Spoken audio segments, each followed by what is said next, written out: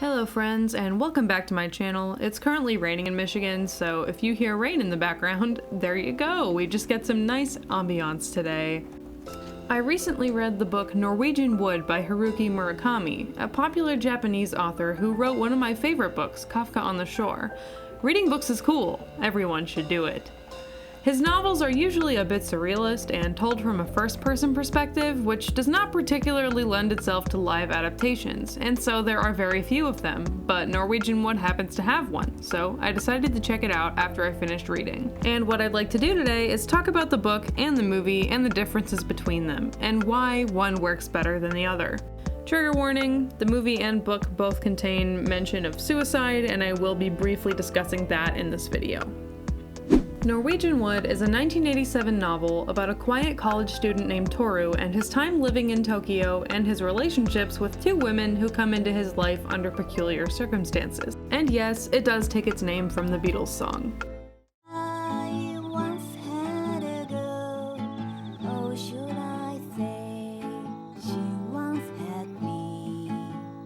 So there's Naoko, the woman who dated his best friend Kizuki before he died, and Midori, an outgoing and eccentric classmate. As Toru adapts to college life, Naoko drifts into her own world, and Toru begins to explore the world around him. It's an interesting coming-of-age story, and I barely put it down once I got into it. I have complicated feelings about the book. The characters are very real, and I appreciate the way Murakami and his translator write emotions, but it's very sexual in sometimes uncomfortable ways, and the protagonist has a slew of issues, constantly letting life walk all over him and using sex with randos as a band-aid for his pain. I found the main character's internal dialogue interesting to read and liked the way the characters were written, but low-key hated some of the things that happened toward the end. But the movie is a different story. It kind of just highlighted how disturbed the book can get at times, while leaving out a lot of scenes and details that I liked the most. Since so much of it is internal monologue-esque, a lot of that nuance and character writing is lost. It focuses on the romance so heavily that it basically leaves out or extremely shortens all of the scenes of Toru alone or with male characters. There's so much content about Toru and Midori's adventures in the book that she almost feels more real than Naoko at times, but in the movie, she's way more of a side character, and I didn't like that. I understand the criticism of this movie, a significant portion of which must stem from the source material in one way or another. Murakami's writing is very descriptive, and his description of a scene can span paragraphs. But those moments are condensed into a few seconds on film, and it makes the pacing feel jarring when the two pieces of media are held up next to each other.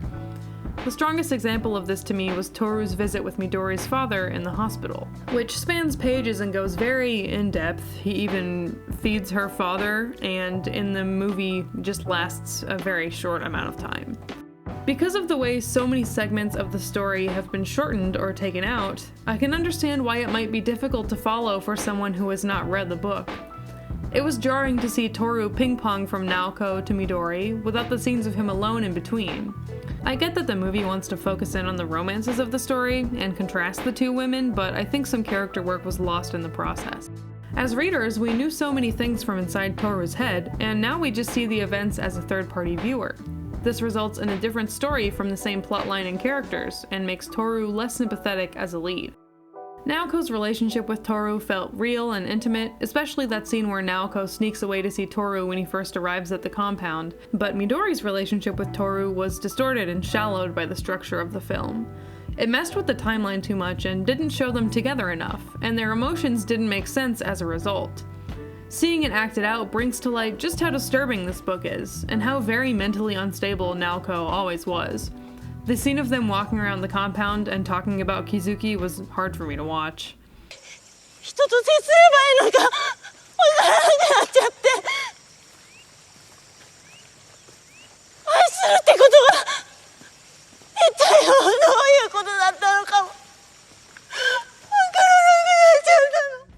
In both the movie and the book, women are not allowed to be happy.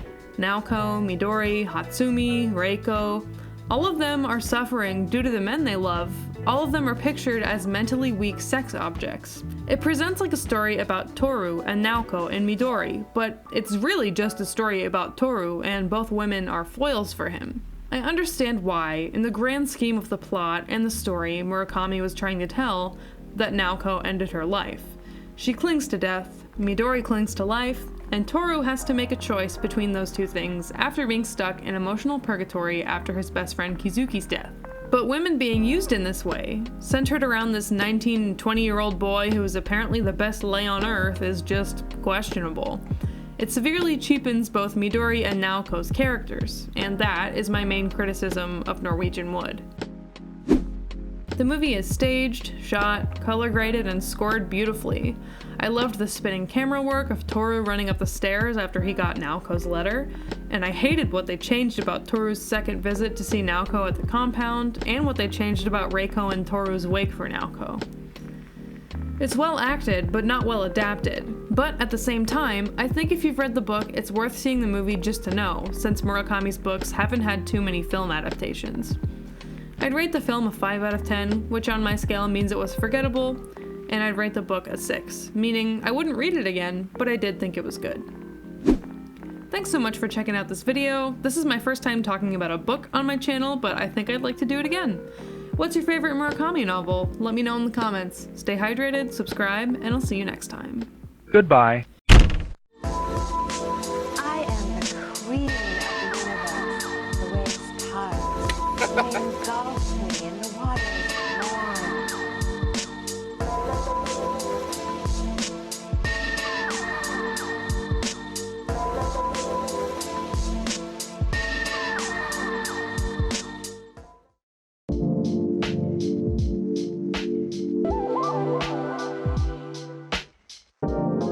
Can I ask you kind of a weird question?